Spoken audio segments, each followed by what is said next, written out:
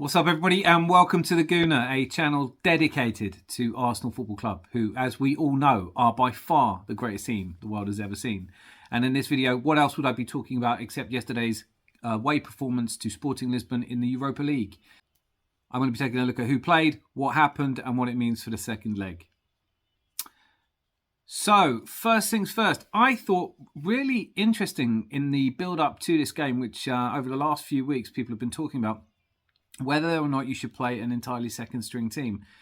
I have been pretty outspoken about my feeling that with us perched as we are on top of the league, 5 points clear, I don't want anything to get in the way of that. And so I've been saying that I would rest our standard first-team players. This is often misinterpreted. I want to clear this up, actually. I'm not saying, people have said to me they earn a lot of money, they don't need to be wrapped in cotton wool. I don't think any of the players who put an Arsenal shirt on at the moment would do anything but want to play every single minute of every single game. They would play through injury if you ask them to. This isn't about protecting them. This is about understanding and acknowledging that at the very highest level of sporting endeavour, the difference between two Premier League teams or two teams at professional level is not that great. If there's any advantage at all in having a little bit more rest than the other team, then that's going to figure in the result.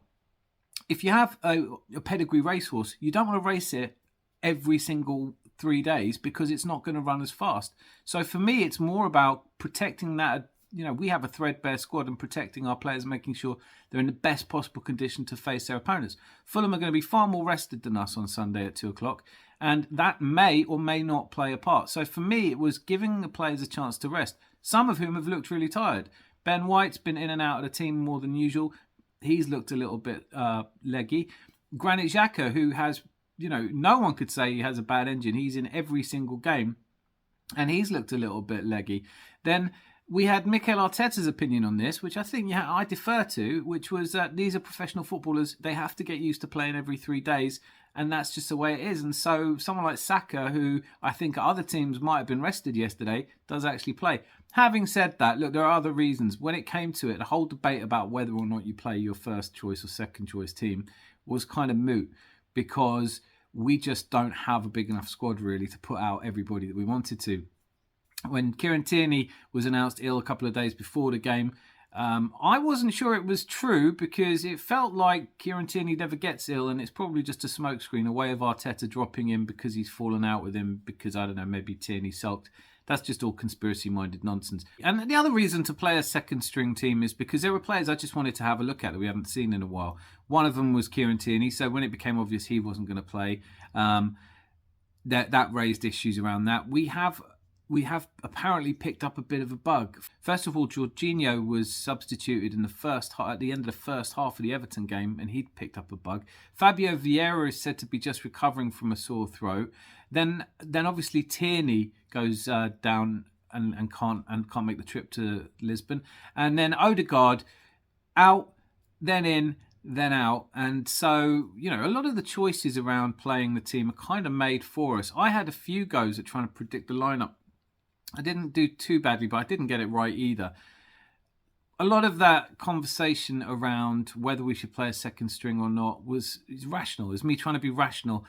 But I have to say, when the lineup did come out, I was actually really pleased that we are taking it seriously. Now, we are...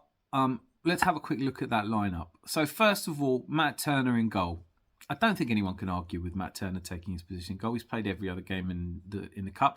If we got to a situation where it was a game against top opposition or it looked like a close game, I think Matt Turner has to appreciate that he's a second-string keeper. And it is a difficult position to play and not one that Arsenal always get right, by the way.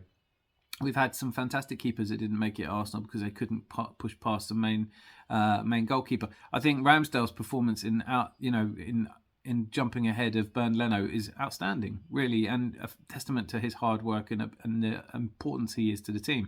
But he was never going to play yesterday. Even though, actually, of all the players in the first team, he's the one that probably doesn't need a break at all because he could have had a bath in the game against Leicester and it wouldn't have made any difference. I expect to see him in the final or semi-final or an important game as we go. Matt Turner was always going to start yesterday, as I said. At left back, Tierney would have been my first choice every time. As soon as he's out, it made a lot of sense to me to stick with Zinchenko. I'm going to talk quite a bit about Zinchenko, so I'm not going to say much more than that here.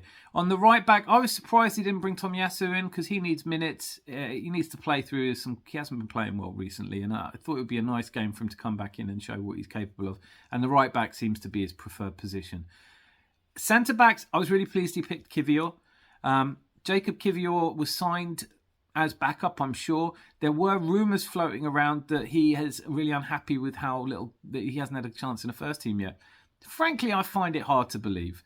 First of all, if his first interview at Arsenal Football Club is anything to go by, he doesn't speak any English. So the idea of him charging into Arteta's office with an interpreter to say that the back two, with the idea of him charging into Arteta's office with an interpreter to say that the centre-back pairing that's put Arsenal to the top of the league with only 12 games to go needs to be changed so that he can have a go doesn't seem likely or reasonable or, frankly, probable at all.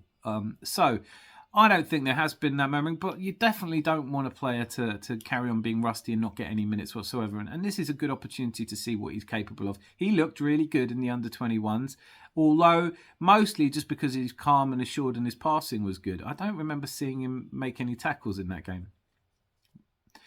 Saliba alongside him was a surprise. I do feel for Holding. At this rate, the last game he plays this season might have been the away game to Man City that we lost, where I think he did a really good job of marshalling Haaland, even though it was edge of the seat and exciting and a little bit worrying at the same time. But if you're not getting into this game, that doesn't bode well at all. So the back five, no real shocks. And as I said, what I really wanted to see.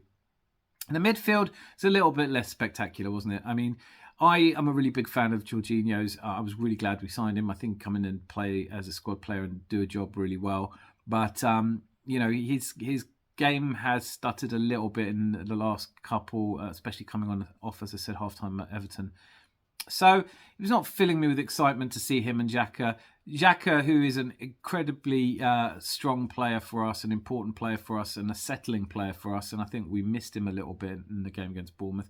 But he's been tired. And I think that if he gets really fatigued, injuries become more likely in fatigued players. But also you just don't see the best of him. And him box-to-box driving the ball. You're missing that. Then why not play someone else?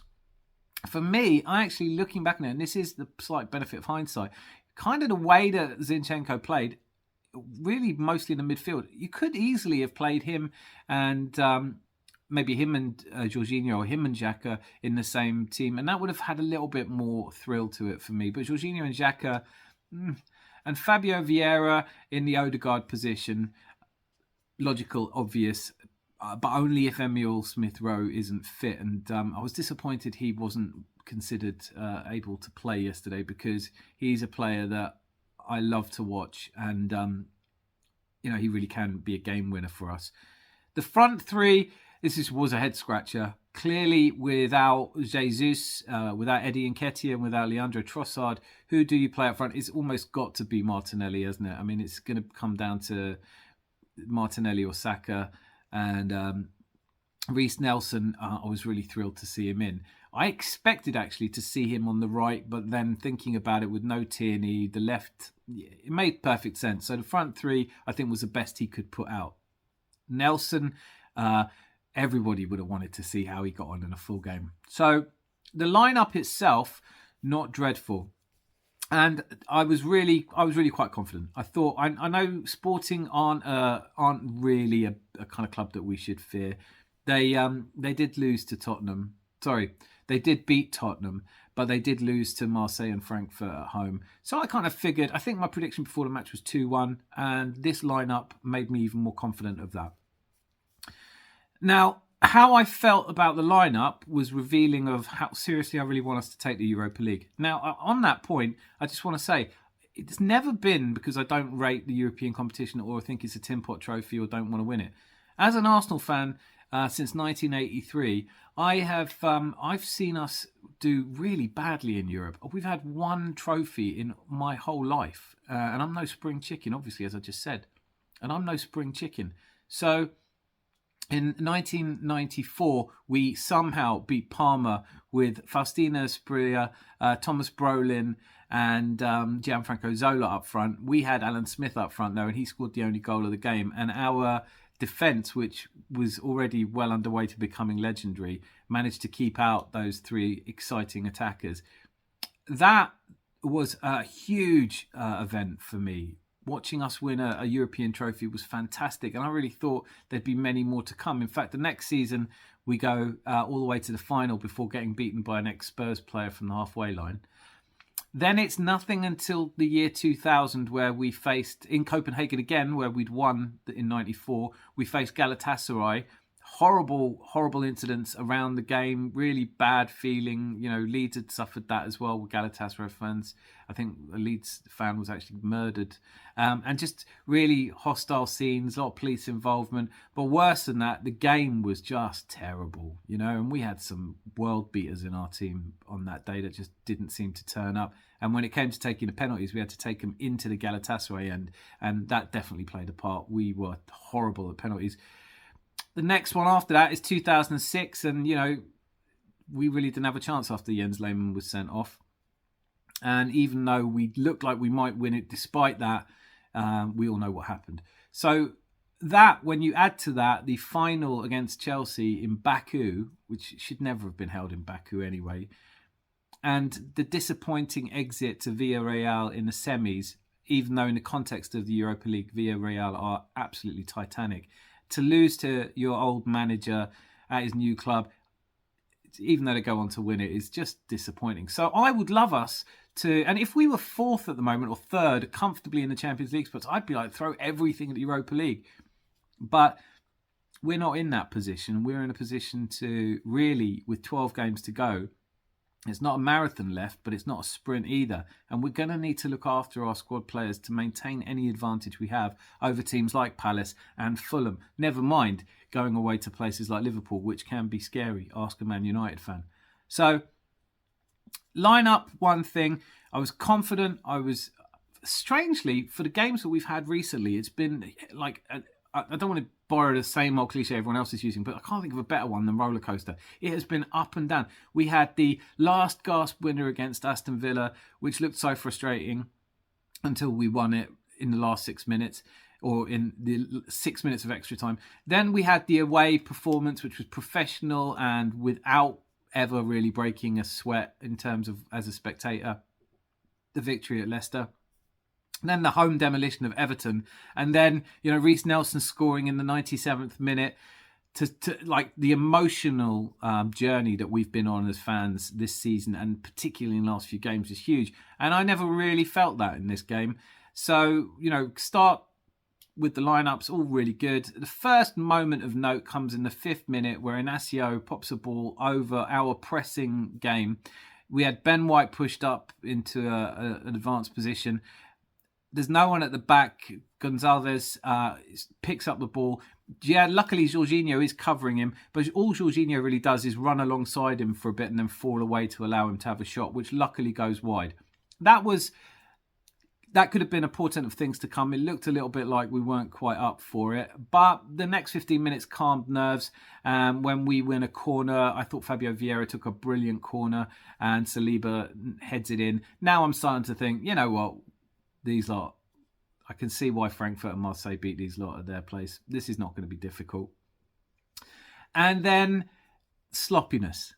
Mistakes creep in. Zinchenko makes a sloppy pass. The ball comes back to Edwards. He sort of drifts around it a little bit. Zinchenko's kind of ineffectually standing in front of him. The ball squirms out. Inacio has the shot, which is drifting wide, looks like, but Turner saves it and pushes it away for a corner. Now, there's a really interesting moment here where it looks to me like, and talk about overanalyzing.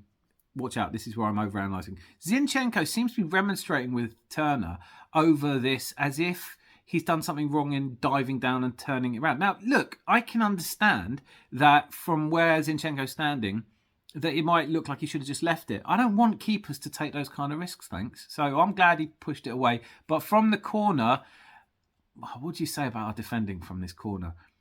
not Kivior's finest moment, I would say. He's going to have to live this down a little bit, because what it looks like at first glance is that he's scared of the ball and ducks to avoid it, which is not what you want from a centre-back. But this isn't his first game as centre-back. We didn't spend 20 million on a person who's phobic of football. The best conjecture around this, and I've heard this on a few different platforms, and I can't argue with it, is that Matt Turner must have shouted something or said, "I've got this." But if he did shout that, he didn't do anything to actually get the ball. So that ends up looking like a terrible mistake, and the best thing you can say about those two players is they haven't had any minutes since the turn of the year, and they did to look rusty. But at 1-1, I still wasn't concerned. I still didn't get the butterflies. On the 37th minute, Zinchenko has one of those kind of wrong stud sniper in the stands moments where 1 minute he's standing up, the next minute he's flat on his arse. Edwards manages to pick up the ball, fashions a shot, which this time Turner does spring to his left again and save, and would have been going in. So again, that's why I'm glad he dived for the first one.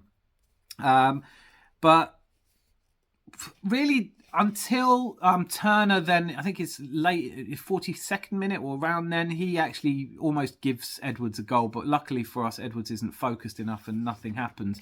And at half-time, 1-1, you're thinking that's fair enough. It's not been hugely scary. They haven't looked all over us. They are playing at home. I think we're the better team, and if it stays as a draw, we should go through. But then realistically, you are hoping that, Arteta gets into the team and reminds them that some of the sloppiness of the first half needs to be wiped out. And then the second half does start really well. Lovely disguise. This is the other side of Zinchenko's game. A beautifully disguised ball to put through Martinelli. He's just got a keeper to beat. But he, instead of lofting the ball over him, makes the wrong decision, and the keeper saves it. And then a couple of minutes after that, Fabio has a shot that's just wide.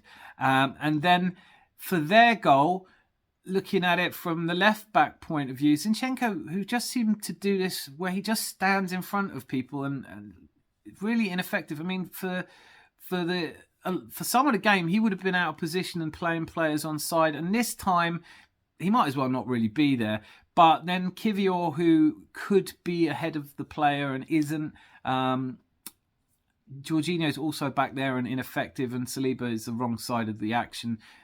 Turner doesn't really do anything to stop it. It was just a silly goal to concede. But again, even when they were 2-1 up, I wasn't hugely anxious.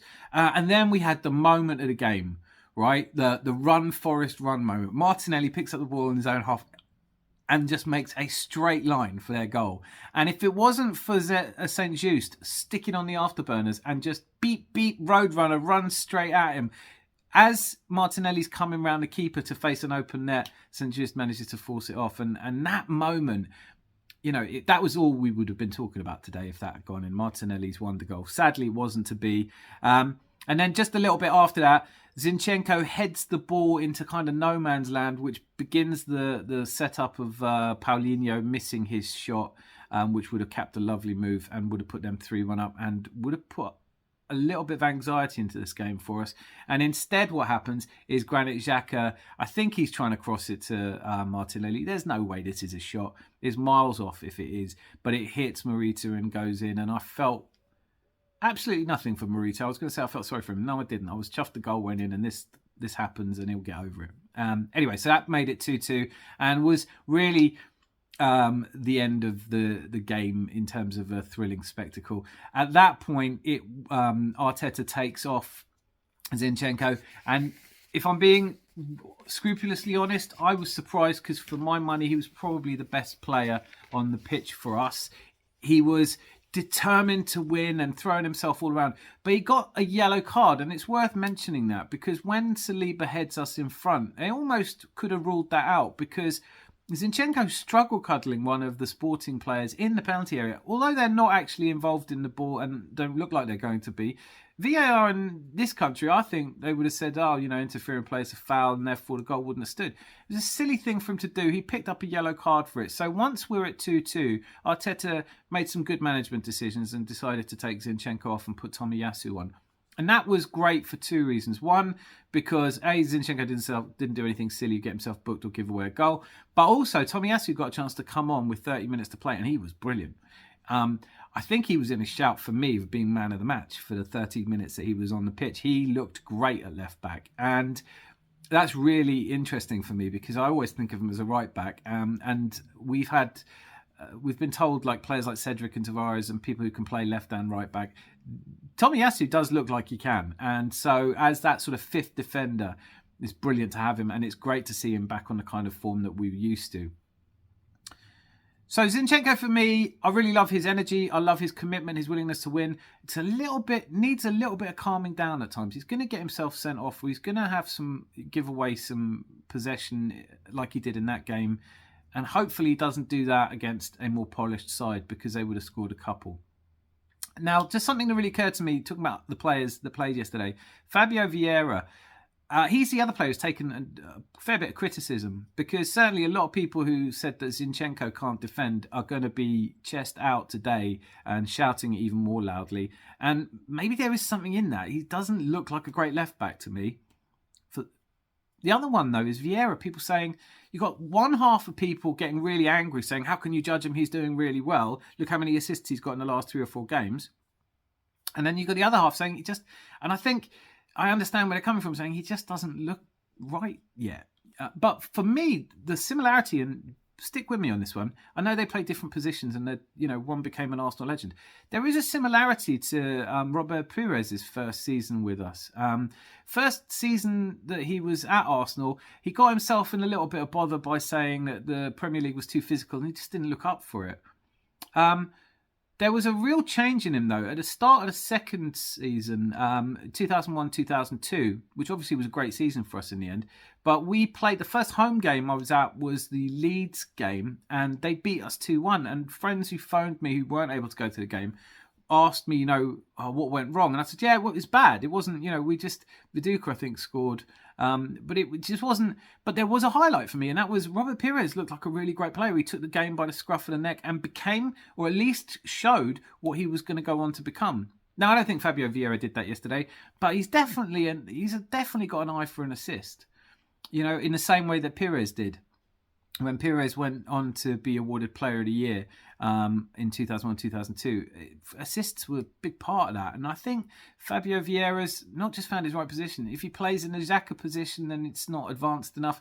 He played the Odegaard position, but it would have been nice to see what he does with, a forward ahead of him that can convert. So I just think on the subject of is Fabio Vieira good enough to play for Arsenal? Yes, I think he deserves more time, and he certainly looks like a prospect, and Arteta certainly rates him. But I have started calling him Fabio more than I've called him Vieira, just because I don't necessarily think